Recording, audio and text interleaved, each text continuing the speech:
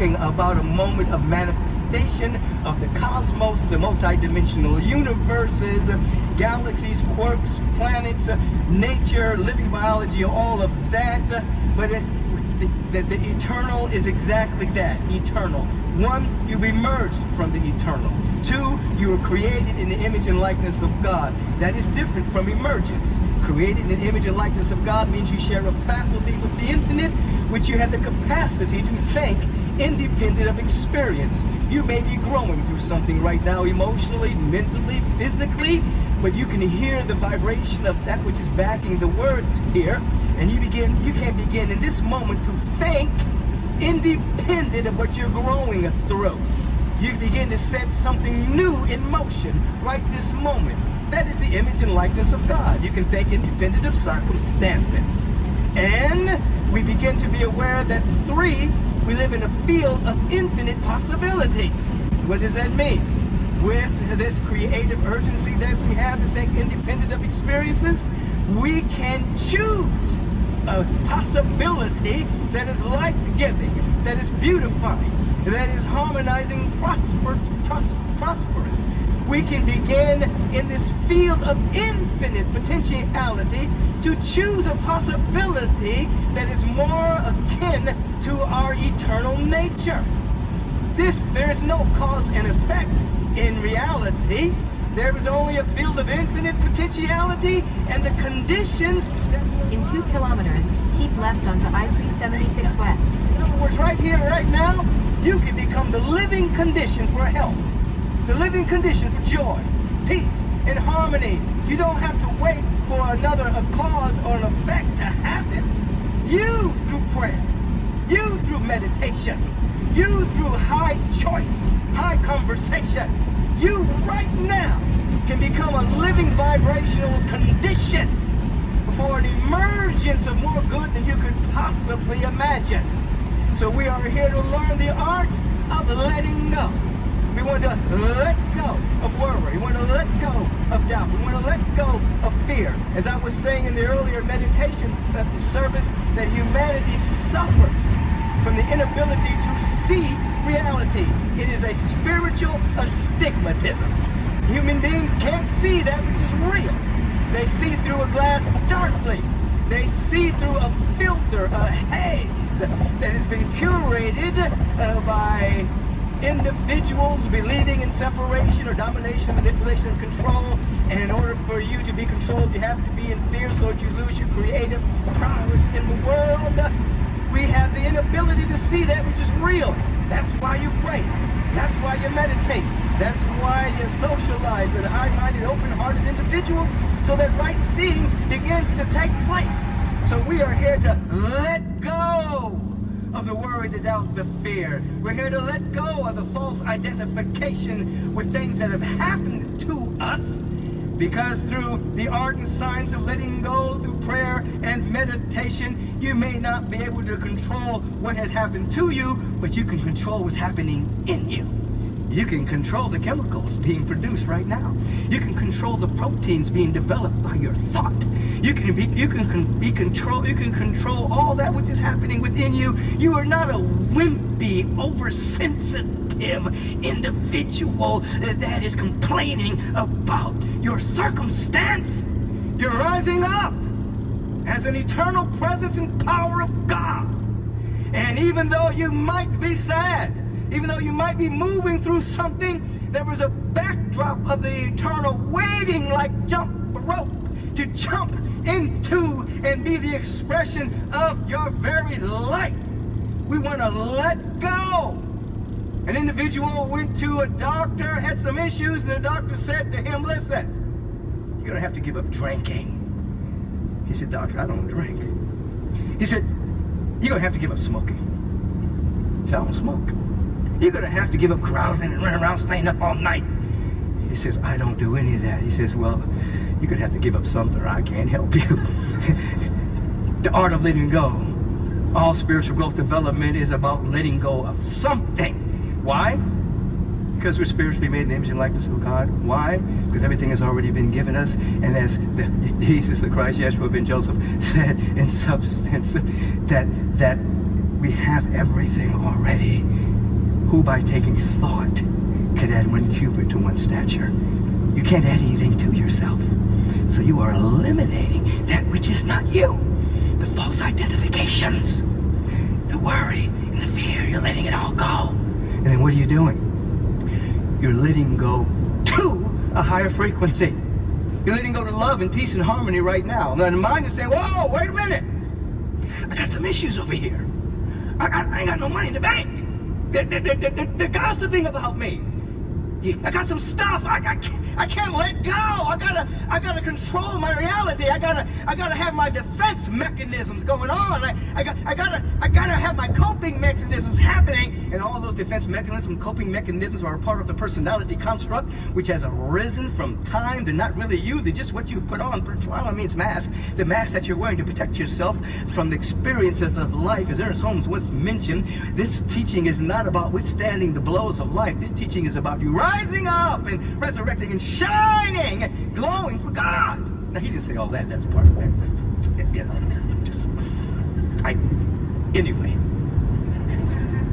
So we're letting go. We're learning to let go. Oh, here's something. This is a glass of water. Just coming into my awareness. Now you would say that 6 ounces maybe. It's kind of light. But if I hold this for a long period of time, my hand's gonna get a cramp in it. If I hold it for hours, it's gonna appear to be heavier than it is. And eventually, it's gonna be very, very heavy. Now, in terms of letting go, if you think about your problems for a few moments, it's all right. But if you keep thinking about them, it's gonna get heavy. You keep thinking about your problems, it's gonna get heavier. You keep thinking about your problems, what you think about, you bring about. You keep thinking about your problems, you make more of what you're thinking about. So what you want to do is you want to remember that Stevie Wonder song, have a talk with God. You want to begin to have an inner dialogue with the presence on a regular basis. As it states scripturally, Joanne, you want to bring all thoughts into captivity for the Christ consciousness. All thoughts. In other words, if you're constantly thinking about your issues, all you're doing is magnifying them. You're bringing about what you do not want. Now, we're not saying you don't do anything about it. However, if you have a perpetual inner dialogue with the presence of God, whether that's a prayerful dialogue, whether that's a surrender dialogue, that's an opening, that's a willingness to surrender, a willingness to let go, a willingness to let go and curate within your mind a feeling tone of peace and of love and of harmony, even if you don't have any physical evidence to it. This is what happens. What happens is now you're no longer blocking the bliss. You're no longer blocking the presence of God from coming into your life, and it shows up as wisdom. It shows up as guidance. It shows up as a direction that comes in the language and in a way that you can understand. Individuals are using their personality constructs and the defense mechanisms to stop God from coming in. God is everywhere, being Himself totally and completely, but you have to give permission for the presence of God to come through you. Let go and let God. So instead of holding on to that problem until it becomes more and more magnified, and you want to talk about it every day, you want to identify yourself with them every day, you want to tell everybody about it every day, and it gets getting thicker. That's metaphysics, baby. What you think about, you bring about. Why don't you bring about love in your heart about the presence of God, you see? And now keep in mind, if you're new to agape, we don't believe in a Superman God. It's not a man in the sky that's, separate from its creation. Sometimes when people think about God and they go through the creation story, they have God in the beginning creating everything, then disappearing. And then at the end, God shows up and judges you. You've lived an interesting life. You're going to hell. And so God's there at the beginning, does the disappearing act. You got to struggle through life by yourself. Then at the end, if you crossed all the T's and dotted all the I's, you go to heaven. Not, you might go to hell or somewhere in between. The presence of God is that. A presence that's never an absence. Love, beauty, intelligence, life itself. God never goes anywhere because God is everywhere in God's fullness, you see? And so, as we're having our inner dialogue with the presence of God, We ultimately become aware, as the topic would indicate, that we are built, we are wired for love and for joy and for bliss, and we don't want to get it twisted. Do you realize there's a part of your brain called the corpus stratum? Corpus stratum responds to love and peace. That whenever you're in a feeling of love, a feeling of peace, feeling of kindness, compassion, generosity, it becomes activated. And it begins like a divine echo chamber, magnifying the feeling of peace and of love and of kindness within your being.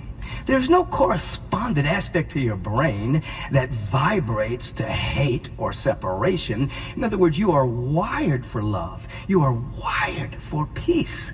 Now, there are false ways to activate the corpus stratum. Someone takes cocaine. Someone is constantly eating the American diet, which is not that good for you. Someone is, drugs, whatever the case may be, it will temporarily activate that, and it'll be a false joy that leads to what? Leads to addiction, where you begin to look for something outside of yourself to bring about the joy and the peace and the harmony that's intrinsic to your nature. As I said before, you're the image and likeness of God, which means right now you might be growing through something, but you can begin to just feel into a moment in which you felt love or enthusiasm. You can begin to feel into a moment in which you felt a sense of security, a sense of safety, even though in your physical expression right now there might be some issues going on. You have the authority within yourself to feel into it anyway. That's letting go to the expanded realm of ever expanding good. You see, you're letting go to it. And this is what you begin to discover. And this is what epigenetics is now teaching us too, that through your ancestral line, you may have a predisposition to something. You may have a predisposition to diabetes or whatever the case may be, but your predisposition is not your destiny. The predisposition is something that's asleep within your genes. But you wake it up through your choices, your thoughts, and your emotions. So if you have a predisposition to a disease, it doesn't have to wake up unless you wake it up. Like fear, doubt, worry, complaining, blaming, gossiping, all of that stuff will wake up a predisposition, or you can change it totally. You can show rise in gratitude and thanksgiving and dynamic appreciation that predisposition dissolves. It's dropping the issue, dropping the problem. What is a problem? A problem comes from the word emblem. It means that your issues are emblematic of the content flowing through your awareness that you have accepted as your identity. It's a misidentification. You've emerged from the eternal, you're the image and likeness of God, surrounded by a field of infinite potential and infinite possibilities. Why don't you choose a possibility that you like?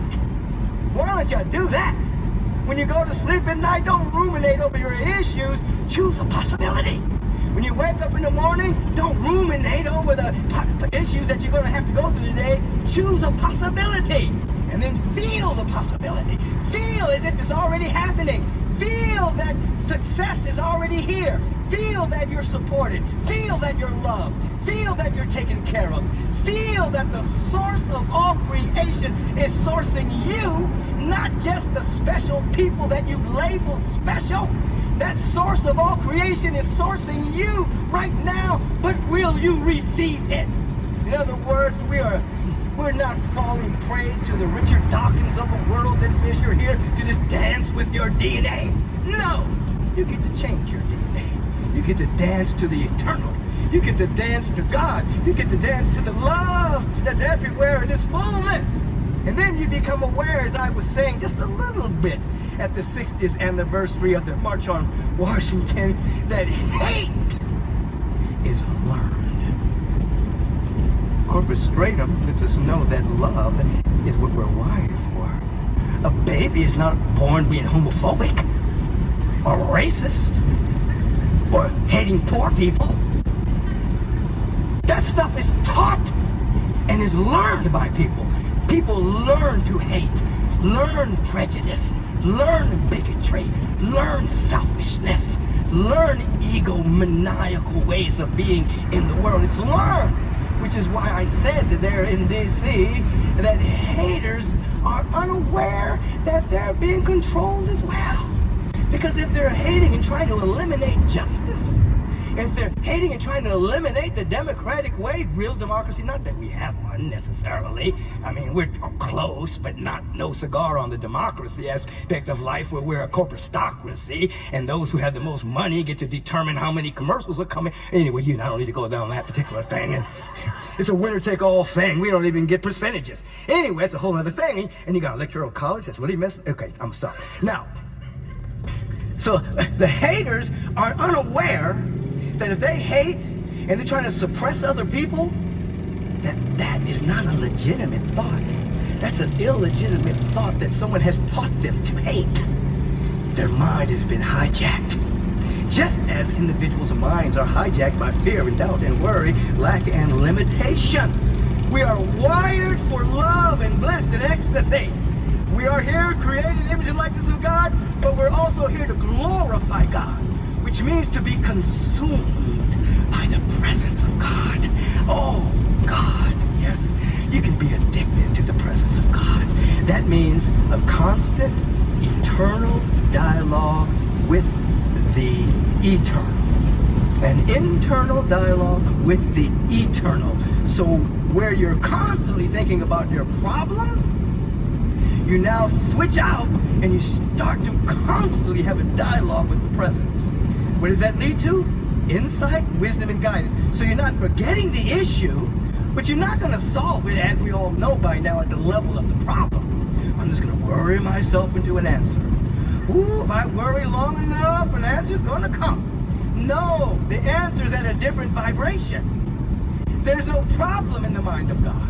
There are only spiritual ideas in the idea sphere. You have to vibrate at that level. So you have to have a constant, eternal, constant internal dialogue with the eternal. And then answers dawn on you. It seems like they come out of nowhere. I was thinking about something the other day I was dealing with, and I just had to let it go. Then a couple of days ago, the answer just popped into my awareness. Oh, you could do this, and you can. It was so simple, but I hadn't seen it until it revealed itself, because I stopped thinking about the issue, and I just started concerning myself with my conscious oneness with the presence. You see.